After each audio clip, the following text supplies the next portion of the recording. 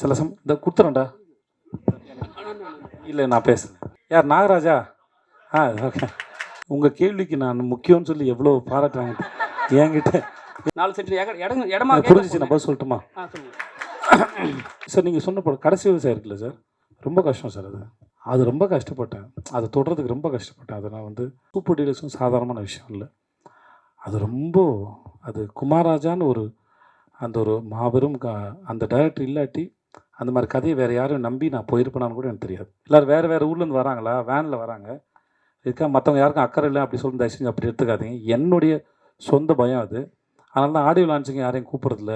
முடிவு எடுக்கிறோம், அவங்க வாழ்க்கை தீர்மானிக்கிறோமோ ஏதோ ஒரு பொறுப்பு இருக்குன்னா அதுக்கான சிந்தனையும் அறிவும் அரசியலும் தெரிஞ்சால் மட்டும்தான் நான் செய்யணும்னு நினைக்கிறேன். ஆனால் எங்கள் பிரச்சனைலாம் நீங்கள் கேட்டிங்கன்னு வச்சுக்கோங்களேன், எனக்கு எவ்வளோ பேமெண்ட் பெண்டிங்கு, என்னெல்லாம் நடந்ததுன்னு அது அதை சொன்னேன்னு வச்சுக்கோங்க. சொன்னது போடாத செக்கு, கேட்காத காசுலாம் கணக்கு கேட்டிங்கன்னா நிஜமாக ஆச்சரியமாக இருக்கும். எங்கே இறங்குனேன்னு சொல்லும்போது இது ஸ்டேட் மாஸ்டர்லேருந்து எல்லாமே அது இறங்குனது இல்லை. அது பேர் முதல்ல இறங்குனது இல்லை. ஏர்போர்ட்டில் கேட்கும்போதெல்லாம் அது இப்போ அங்கேயே உட்காந்து எல்லாம் கொடுத்துருங்கல்ல. அங்கே எல்லோரும் நிறைய பேர் போயிட்டுருக்காங்க, வேறு மொழி பேசுகிறவங்க. என்னடா அவன் எல்லாருமே கிஸ் வச்சுருக்கான் நீங்கள் மாட்டாங்களா? 50வது படம். ஒரு 5 மகாராணிகளாவது மகாராஜுக்கு இருக்கணும்ல. எனக்கு அது கொஞ்சம் வருத்தமாக இருந்தது. அது மகாராஜானா மகாராணியோடு தான் இருக்கும்னு நினச்சேன். அப்போ நாட்டை யார் தான் ஆள்றது? அந்த புறமே கதின்னு ஆகிடாதா? அல்ல, மகாராஜாக்கள் அப்படி தானே இருந்தாங்க. எல்லா மகாராஜா அப்படி இருந்துக்கு வாய்ப்பு இல்லைன்னு ரைட்டு. இப்போ 50வது படத்துலேயே அந்த காலத்து மகாராஜா, 75வது 100வது படத்தில் முதல்வர், பிரதமர், கவர்னர், ஜனாதிபதி. அதாவது மகாராஜ் கீழே தான் பதவி. நீங்கள் சொல்கிறது அது கீழே போயிடுதுல இல்லையா? இல்லை, இந்த காலத்துக்கு அண்ணே மகாராஜாங்கிறது அப்படி யோசிச்சு வைக்கல.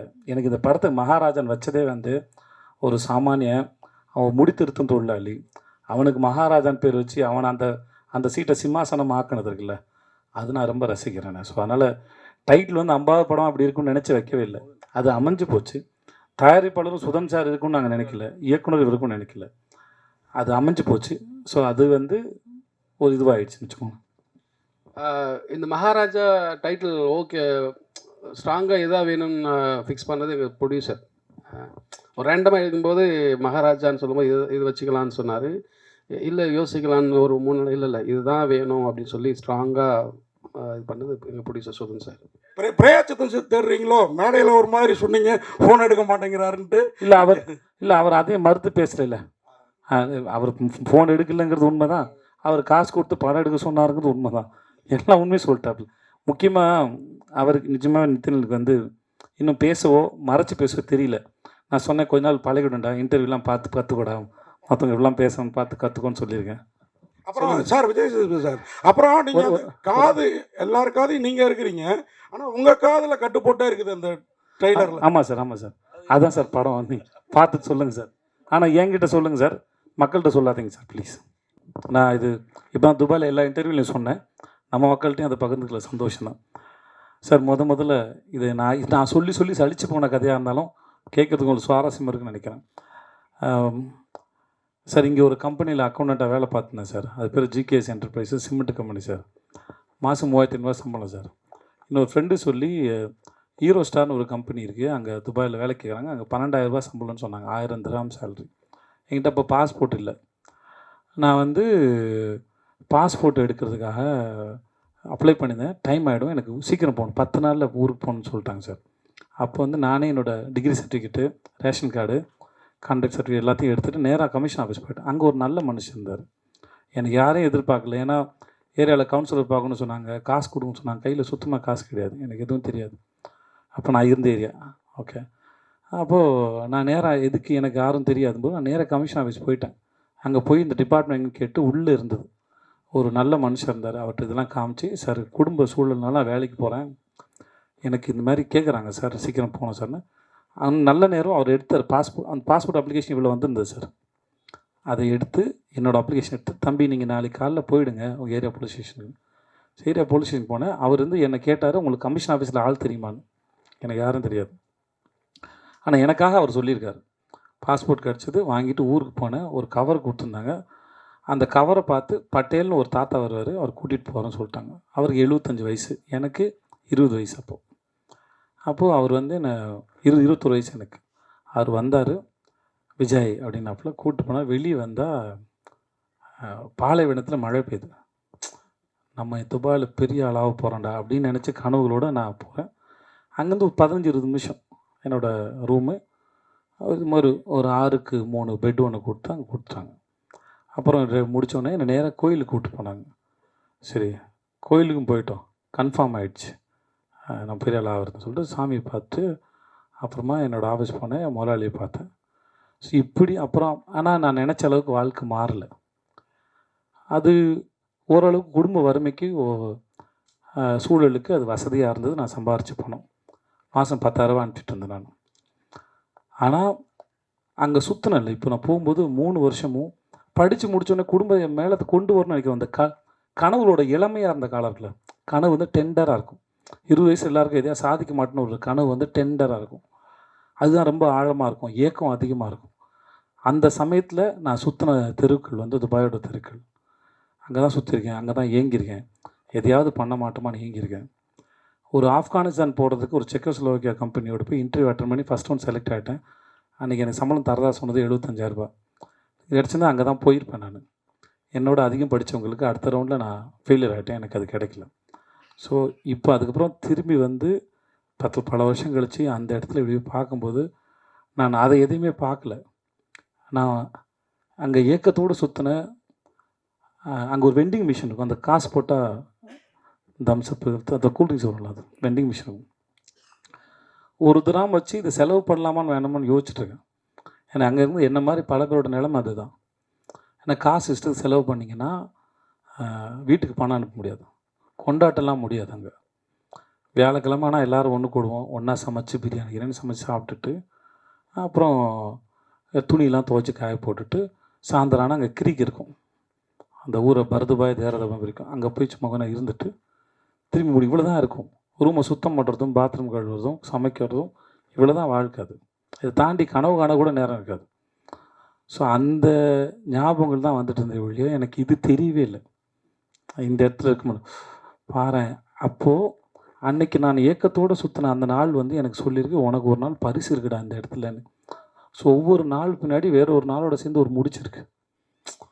ஒவ்வொரு விதைக்கு பின்னாடி ஒரு பெரிய மரம் இருக்குது, அதில் நிறைய பறவைகளுக்கு கூடு இருக்குங்கிறது தெரியாதுல்ல, அது அந்த விதைக்கு தெரியாது இல்லையா? அதை போல தான் ஒவ்வொரு நாளையும் நான் பார்க்குறேன், நான் நினைக்கிறேன். சரிண்ணே. ஆக்சுவலாக நடுவில் வந்து நீங்கள் வந்து ஹீரோவாக இருக்கும்போது மாதம் வந்து எல்லாத்தையும் பண்ணிகிட்டே இருந்தீங்க. அதுக்கப்புறம் திடீர்னு கேரக்டர் வைஸ் இறங்க ஆரம்பிச்சிட்டிங்க. எங்கே இறங்குனேன்னு சொல்லும்போது மாஸ்டர்லேருந்து எல்லாமே அது தனி இறங்குனது இல்லை. அது பேர் முதல்ல வந்து இறங்குனது இல்லை. இறங்க கேரக்டர் வைஸ் போக ஆரம்பிச்சிட்டீங்க ஹீரோவாக. கண்டிப்பாக கிடையாது. அந்த அப்ரோச் இல்லைன்னு சொல்ல வரேன். நீங்கள் வில்லன் இல்லாமல் ஹீரோ இல்லை, தீமை இல்லாமல் நன்மையின் அருமை தெரியாது, வெயில் இல்லாமல் நிழல் தெரியாது, அவ்வளோதான் கணக்கே ஒழிய. அது ஈக்குவல், அது பேலன்ஸ். என் கணக்கு அதுதான் ஒழிய. நான் வில்லனாக பண்ணும்போது உங்களை எவ்வளோ என்டர்டெயின் பண்ணுறேங்கிறது ரொம்ப கவனமாக இருந்தேன். நான் வில்லனான் பண்ணி உங்களை போர் அடித்து ரொம்ப அவர்ஷன் க்ரியேட் பண்ணிட்டேன்னா நான் ஹீரோ நடிக்கிற படங்கள் அது பாதிக்கும். ஆனால் நான் வில்லன் அடிக்கும்போது எவ்வளோ தூரம் என்டர்டெயின் பண்ணலாங்கிறது தான் கணக்கு, என்னவாக இருந்தாலும் சரி. அது போகிற போக்கில் பண்ணலன்னு சொல்ல வரேன், வேறு ஒன்றும் இல்லை. இல்லை 50-50 வந்து எல்லாருக்குமே மிக முக்கியமாக தருணமாக இருக்கும். ஏன்னா 50வது படம் என்ன திரும்பி பார்த்தா அது பேசணும் அப்படின்னு இருக்கும். ஏன்னா இங்கே 40க்கு 40 அடித்த மாதிரி உங்களுக்கு 50க்கு 50 அடிக்கணும் அப்படின்ற ஒரு எக்ஸைட்மெண்ட் இருக்கும். பட் அப்படி இருக்கும் பொழுது இந்த கதையில் இந்த 50வது படத்துக்கு இதை சூஸ் பண்ணால் நல்லாயிருக்கும் அப்படின்னு எதை வச்சு நீங்கள் இதை தோணுச்சு? முதல்ல சரி எதுன்னு இங்கே யாருக்குமே தெரியாது. அப்படி தெரிஞ்சால் எல்லாரும் சரியானதை கொடுத்துருவாங்க. முதல்ல அந்த கணக்கு எங்களுக்கு தெரியாது. ரெண்டாவது, இந்த கதை கேட்கும்போது ஒரு டைரக்டரோட பேஷன். கதை யார் வேணால் சொல்லலாம், கதை யார் வேணால், அது எடுக்கிறவர்கிட்ட தான் இருக்குது. ஒரு கதையை எப்படி மக்கள்கிட்ட கொண்டு போய் சேர்க்க போகிறோம், மக்களின் ரசனை என்ன, டைரக்டரோட சாய்ஸில் தான் எல்லாமே இயங்குது அது. ஸோ எனக்கு இந்த டைரக்டர் ரொம்ப பிடிச்சிருந்தது. நான் குரங்கு பொம்மையை பார்க்கல, ஷூட்டிங் போகிறதுக்கு ஒரு 4 நாள் முன்னாடி 2 நாள் முன்னாடி தான் படமே பார்த்தேன். அப்போ தான் பார்த்துட்டு அவன்கிட்ட பேசினேன். மற்றபடி டைரக்டர் எனக்கு ரொம்ப பிடிச்சிருந்தது. ஸோ இந்த கதை நல்லா இருந்தது. அப்போது 50வது படமாக அனௌன்ஸ் பண்ணோம். இவர் சொன்னார், சுதன் சார் சொன்னார், சார் நானே பண்ணிடுறேன் 50வது படத்தை அப்படின்னு. எனக்கு 25வது படமும் நல்லா பண்ணி கொடுத்தார். எனக்கு அவர் மேலேயும் பெரிய நம்பிக்கை இருந்தது. ஸோ அப்படி தான் அமைஞ்சது. இது எந்த பிளானும் இல்லை. அப்புறம் எனக்கு வந்து 50வது படம் நல்லா ஓடணும்னு நினச்சா அப்போ 49, 51வது படம் என்ன, எல்லா தயாரிப்புகளும் பணம் போட்டு எடுக்கிறாங்க. ஸோ எல்லா படமும் ரொம்ப முக்கியமான படம் தானே ஒழிய 50ங்கிறது ஒரு இந்த கடந்து வந்த பாதையை ஒரு ஞாபகப்படுத்துறது தான். அதை தாண்டி வேறு உண்மை கிடையாது. எனக்கு அந்த எண்ணம் கிடையாது. 50 நடிச்சிடணும், 100 பெருசாக ஓடிடணும். அப்படி பார்த்தா சீதக்காதிக்கு மாதிரி ஒரு படத்தை 25 படம் செலக்ட் பண்ணியிருக்க மாட்டேன். அந்த படம் வந்து நான் வர்றது 1/2 மணி நேரம் தான் வரேன் நான். ஆனால் ஒரு ஆர்ட் ஃபார்மோட ரெப்ரஸன்டேட்டிவ் அந்த கேரக்டர். கலை எந்த பாகுபாடும் இல்லாமல் எந்த வீட்டு பிள்ளையின் மீது கூட அது இறங்கும் அப்படிங்கிறது அந்த படம் சொல்ல வருது. அதுக்கு பணமோ பேரோ புகழோ பரம்பரையாக வர அறிவோ தெரியாது, எங்கே வேணால் இறங்கும் தான் அந்த படம் சொல்ல வந்தது. அப்படிப்பட்ட ஒரு படம் 25வது படமாக இருக்கிறதுல நான் பெருமை கொள்கிறேன். அது அந்த படத்தை நம்பினார்ல ஒரு தயாரிப்பாளர். அது வியாபார ரீதியாக பெருசாக போகாதுன்னு அவருக்கும் தெரியும். ஆனால் நல்ல படம், அது என்டர்டெய்னிங்கான ஃபிலிம் தான் அது. ஆனாலுமே அதை நம்பினார்ல, அது அவருடைய நம்பிக்கை. எனக்கு அந்த மாதிரி படம் கிடைச்சது எனக்கு பெரிய சந்தோஷம். வேறு டைரக்ட் சார் ஆக்சுவலாக மகாராஜான்றது எப்பயுமே வந்து ஒரு அங்கே ஒருத்தர் கோல்டு அந்த மாதிரி தான் எதிர்பார்ப்பாங்க. பட் ஆனால் நீங்கள் மகாராஜாவில் ஃபுல்லாக பிளட்டாகவே இருக்கு. இது கவித்துவமாலாம் ஆன்சர் பண்ண தெரிலண்ணே, கதைக்கு தேவைப்பட்டுச்சு வச்சுட்டேண்ணே.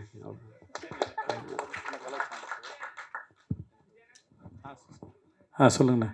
இவ்வளோ ஏஜில் பண்ணிட்டு எனக்கே போர் அடிச்சு. இப்போ நான் வந்து வேணான்னு முடிவு எடுக்கிறேன், எனக்கே போர் அடிக்குது.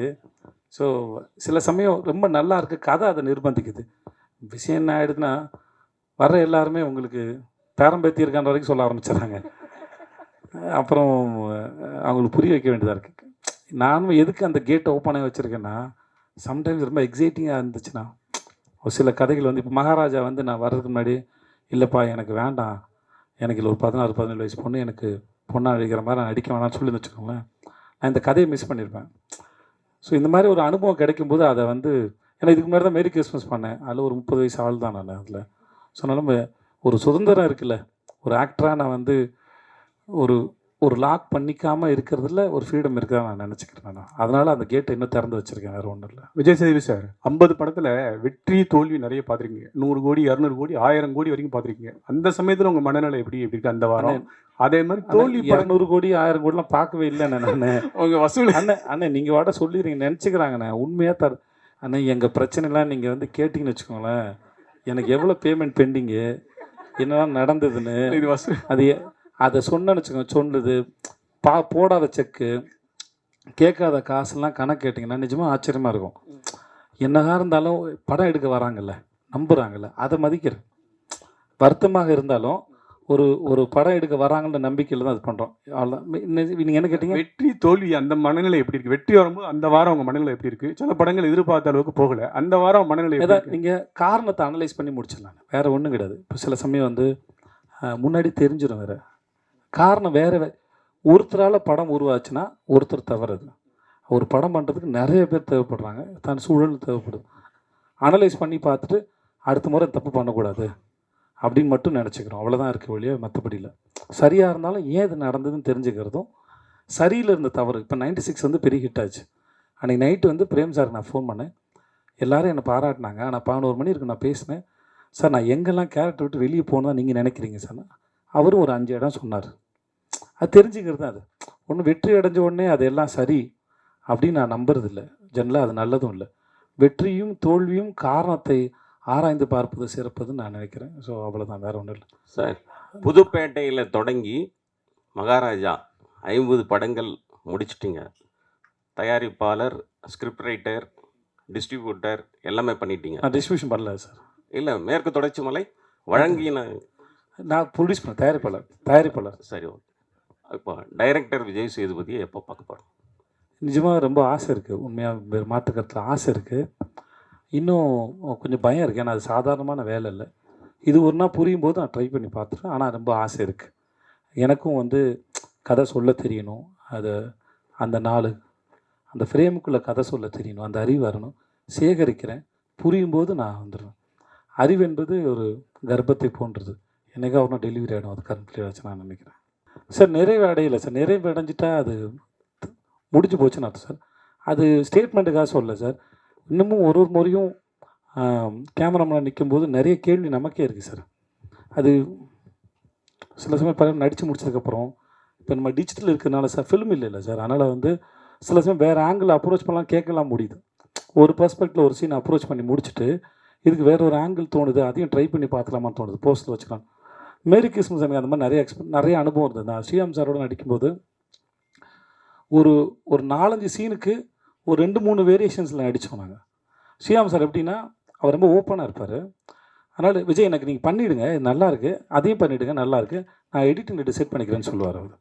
ஸோ அந்த மாதிரிலாம் நிறையா இதெல்லாம் கிடைக்கும். ஸோ எவ்வளோ கலை என்பது அதான், எவ்வளோ தேடினாலும் எவ்வளோ தோணினாலும் அது அது அது அமிர்தம், அது வந்துக்கிட்டே தான் இருக்கும், அது வந்து குறையாது அது. ஸோ அதனால் அந்த அந்த எக்ஸ்பீரியன்ஸ் தான் சார் ரொம்ப அழகு. ஒரு ஸ்டேஜுக்கு மேலே தன்னிறைவு அடைதல் இல்லைன்னு நினைக்கிறேன் ஆர்ட் ஃபார்ம் பொறுத்த வரைக்கும். அதை நீங்கள் எக்ஸ்பீரியன்ஸ் மட்டும் தான் உங்களை வந்து என்ஹான்ஸ் பண்ணும், இல்லை என்கரேஜ் பண்ணும், இல்லை அதை வாழ்கிறத சுவையை வந்து ரசிக்க வைக்கும் நான் நினைக்கிறேன். விஜய் சேவி சார், நீங்கள் நடித்த 50 படத்தில் தனிப்பட்ட முறையில் பிடிச்சிங்கன்னா கடைசி விவசாயி, எனக்கு ஆண்டவன் கட்டளை, சூப்பர் டீலக்ஸ், அந்த மாதிரி நீங்கள் ரொம்ப ரசித்து பண்ண படம் என்ன படம்? ரொம்ப கஷ்டப்பட்டு மன ரீதியாக உடல் ரீதியாக பண்ண படம் என்ன படம்? நீங்கள் சொன்ன படம் கடைசி விவசாயம் இருக்குல்ல சார், ரொம்ப கஷ்டம் சார். அது ஸ்பிரிச்சுவல் வந்து உணர்றது இல்லையா சார், அதுக்கு பெரும் காலம் எடுக்கும். அது ரொம்ப கஷ்டப்பட்டேன், அதை தொடுறதுக்கு ரொம்ப கஷ்டப்பட்டேன். அதை நான் வந்து ஸ்பிரிச்சுவாலிட்டி வந்து அவ்வளோ சாதாரணமான விஷயம் நான் நினைக்கிறேன். நான் எல்லாத்தையும் சரண்டர் பண்ணி அப்படியே ஏற்றுக்கிற ஒரு தன்மை வரணும். அது எனக்கு இன்னும் வாழ்க்கையில் வரல. ஆனால் அது பெர்ஃபார்ம் பண்ணும்போது அது ஃபேக்காக பண்ணிடக்கூடாது ரொம்ப மெனக்கேட்டேன். ஓரளவு நான் தொட்டான்னு நினைக்கிறேன். அது பண்ணும்போது எனக்கு எப்படின்னா, அங்கே மக்கள் வந்து என்னை நம்பினாங்க.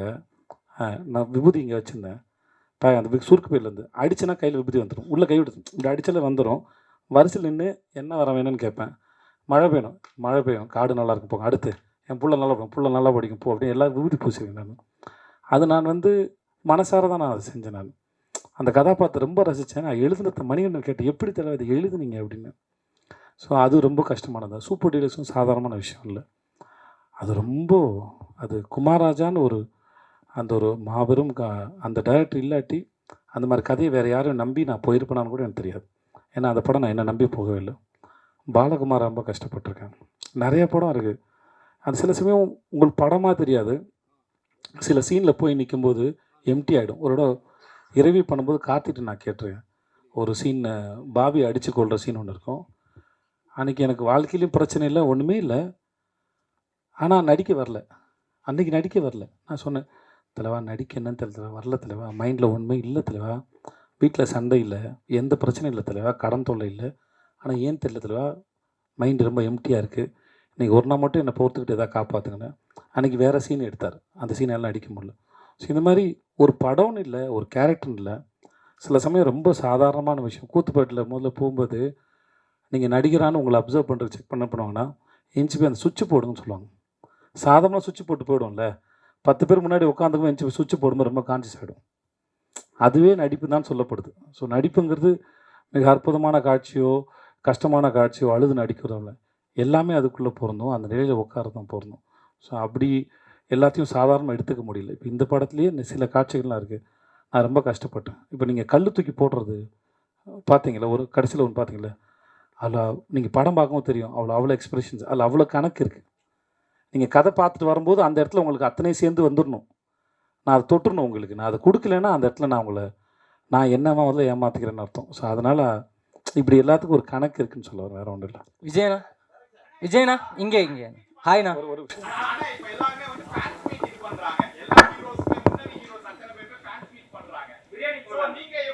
யார், நாகராஜா? ஓகே. ஏண்டா இவ்வளோ ட்ரெய்லர் போட்டு இவ்வளோ பேசியிருக்காங்க தம்பி. நான் முன்னாடியே பண்ணிகிட்டு இருந்தேன்டா, 2013, 14, 15 பண்ணிகிட்டு இருந்தேன் நினைக்கிறேன். அப்போது எனக்கு வந்து ஒரு ஸ்டேஜில் பயம் வந்துருச்சு, ரொம்ப தூரம் வராங்க, யாருக்காவது அடி போட்டுருன்னு பயம் வந்துச்சு. அதனால் ஒரு ஸ்டேஜில் நிப்பாட்டிட்டேன் நான். எல்லோரும் வேறு ஊர்லேருந்து வராங்களா, வேனில் வராங்க, இதுக்காக மற்றவங்க யாருக்கும் அக்கறை இல்லை அப்படி சொல்லி தயவுசெஞ்சு அப்படி எடுத்துக்காதீங்க. என்னுடைய சொந்த பயம் அது. அதனால தான் ஆடியோ லான்ச்சிங்க யாரையும் கூப்பிட்றதில்ல, அங்கேருந்து பாருங்கள் போதுமானதான்னு இருக்கும், அந்த மாதிரி ஒரு காரணம்.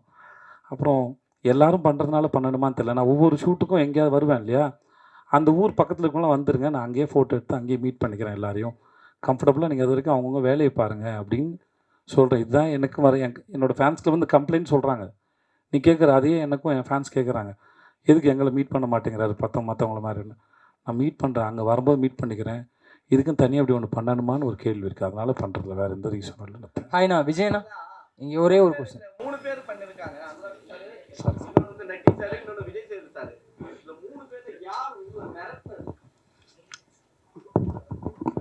இவர்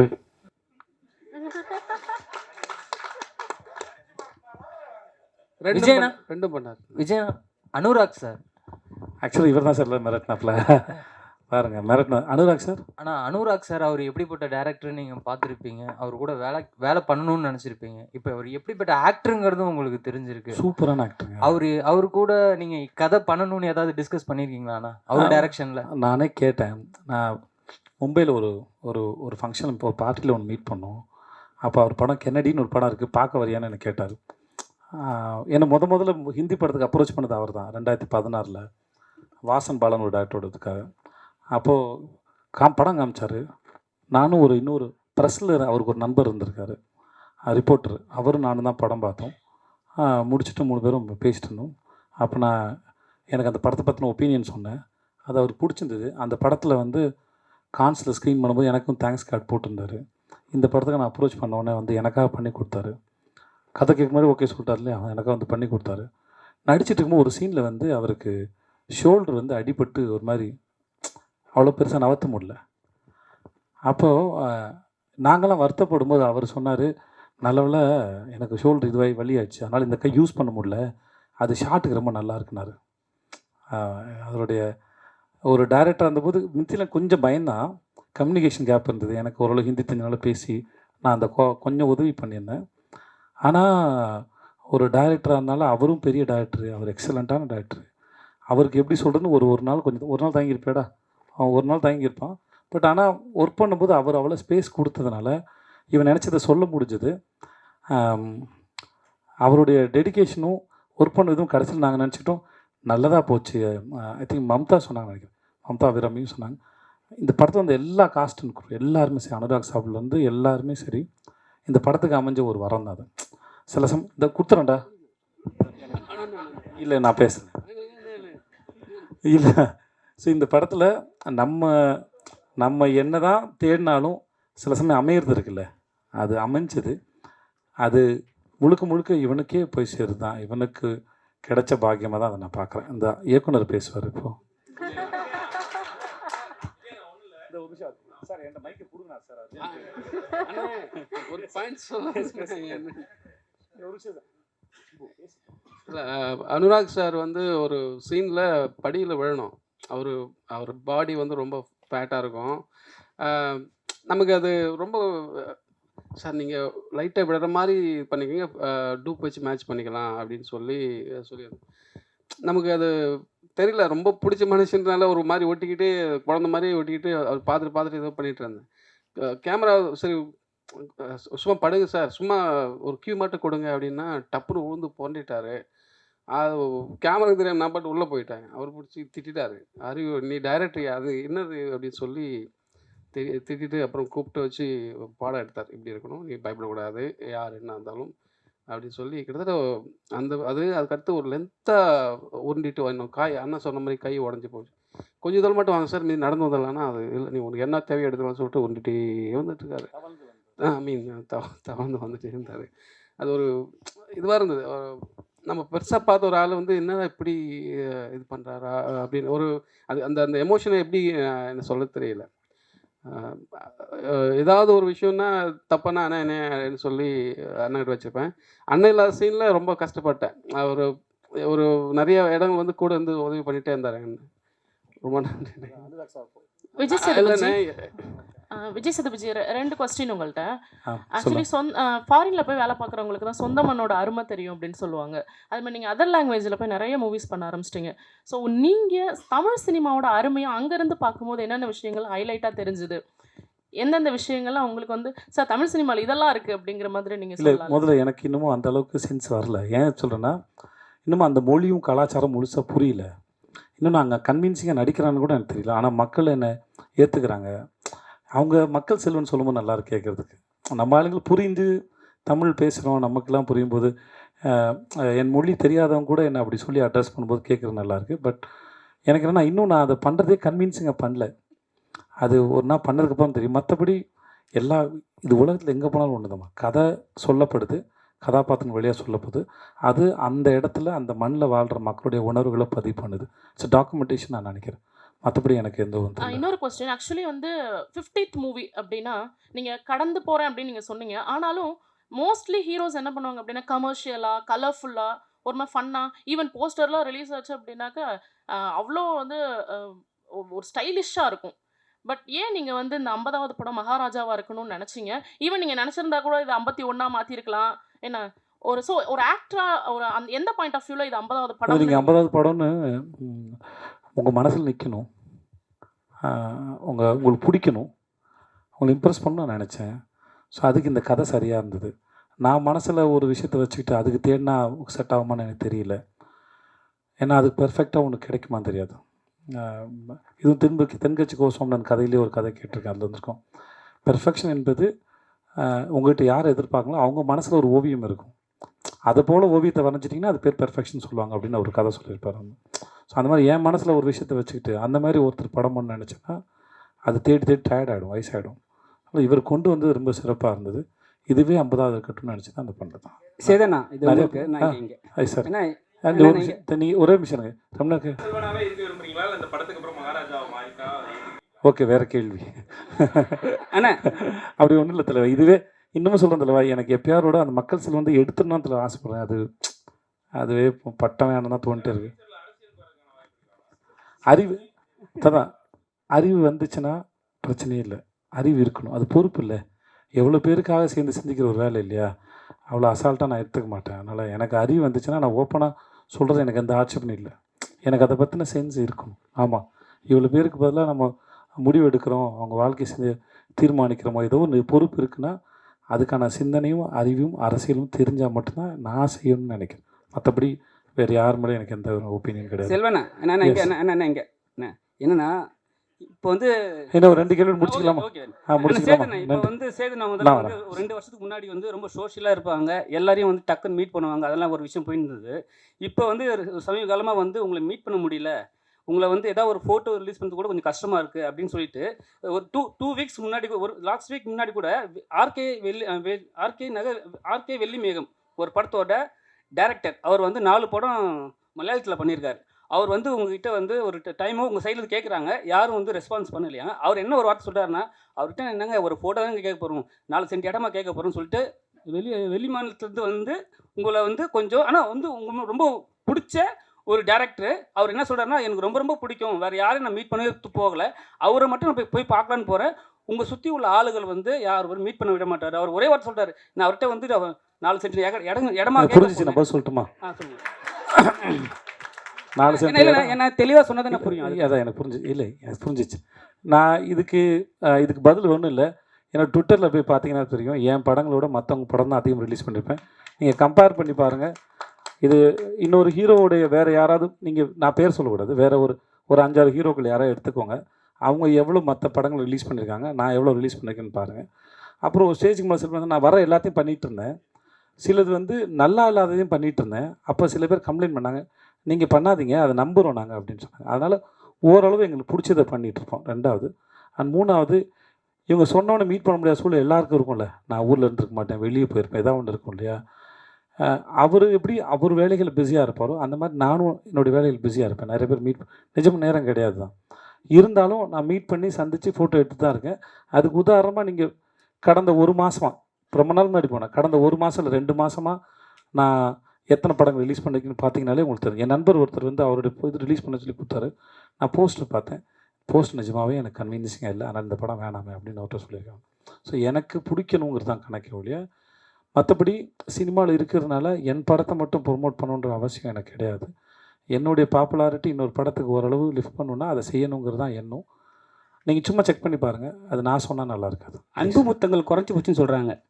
அன்பு முத்தங்கள் இல்லை, இப்போ ஏர்போர்ட்டில் கூட்டத்தினரில் கேட்கும்போது கொஞ்சம் கூச்சமாக இருக்குது.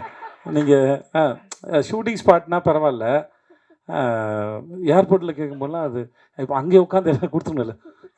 அங்கே எல்லோரும் நிறைய பேர் போயிட்டுருக்காங்க, வேறு மொழி பேசுகிறவங்க, என்னடா அவன் எல்லாருமே கிஸ் வச்சுருக்கான் நீங்கள் மாட்டாங்களா, அது தவிர வேறு ஒன்றும் இல்லை.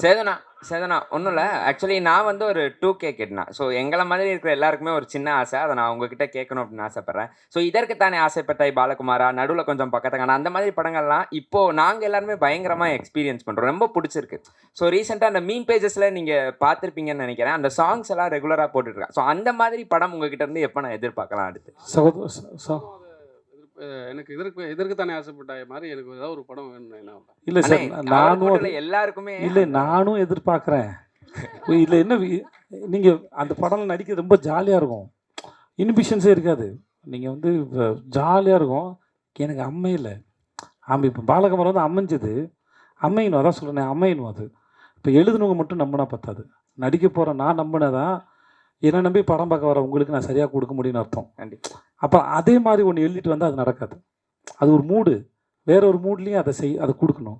சரி சார், 2 வச்சுக்கலாம். அடுத்து ஆனால் அந்த படம் பார்க்குறப்போ என் வயசு 15. அப்போ நீங்கள் சொன்னது எதுவுமே புரியலை. ஆனால் இப்போ எல்லாமே புரியுதுங்கிறத மட்டும் பதிவு பண்ணிக்கிறேன். Okay, thank you. ஒரே நிமிஷம் இருங்க சார், கடைசியாக முடிச்சுக்கலாம் சார். சார் ரொம்ப நேரம் அது கேளுங்க சார், ஒரே நிமிஷம் இருங்க. இவர் ரொம்ப நேரமாக ஒரு பெரிய மனுஷன் கேட்டே இருக்காப்ல சார், பதில் சொல்லிக்கிறேன், நீங்கள் கேளுங்க. மொத்தமாக வெள்ளை கலர் டை அடிச்சு வந்துருக்கீங்கன்னு நினைக்கிறேன், இல்லைண்ணே? வருஷத்துக்கு முன்னாடி ஒரு சினிமா ஃபங்க்ஷனில் உங்களுக்கு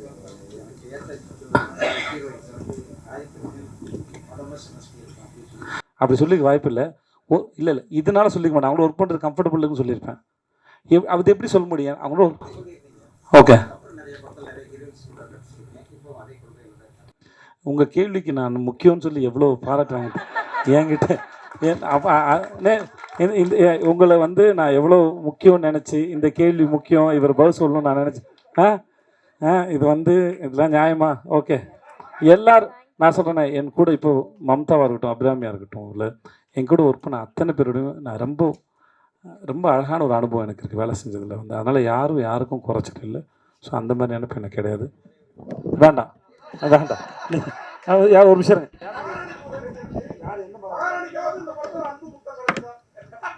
சார், அது கரெக்டு.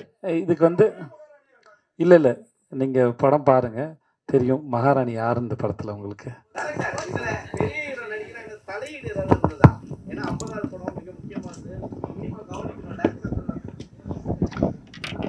அதெல்லாம் இல்லைங்க. எனக்கு நான் எல்லாருக்கிட்டையும் சொல்கிறது தான், எனக்கு இந்த கம்ஃபர்டபுள் வேணும், நான் எல்லாத்தையும் சொல்லணும்.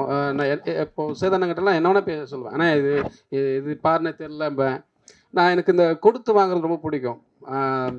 ஒரு இந்த மாதிரி சீனை வந்து சொல்லுவேன், அவர் அதை கேட்டுப்பார், அவர் ஒன்று கொடுப்பாரு, மறுபடியும் நான் அதில் கரெக்ட் 2 பேர் சேர்ந்து கொலாபரேட் பண்ணி ஒர்க் பண்ணுவோம்.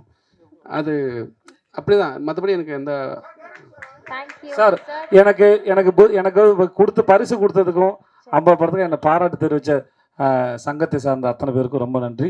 வந்தவங்க எல்லாருக்கும் ரொம்ப ரொம்ப நன்றி sir. Thank you so much. Thank you. Bharatha sir இதுலேயும் இருக்கா சார்?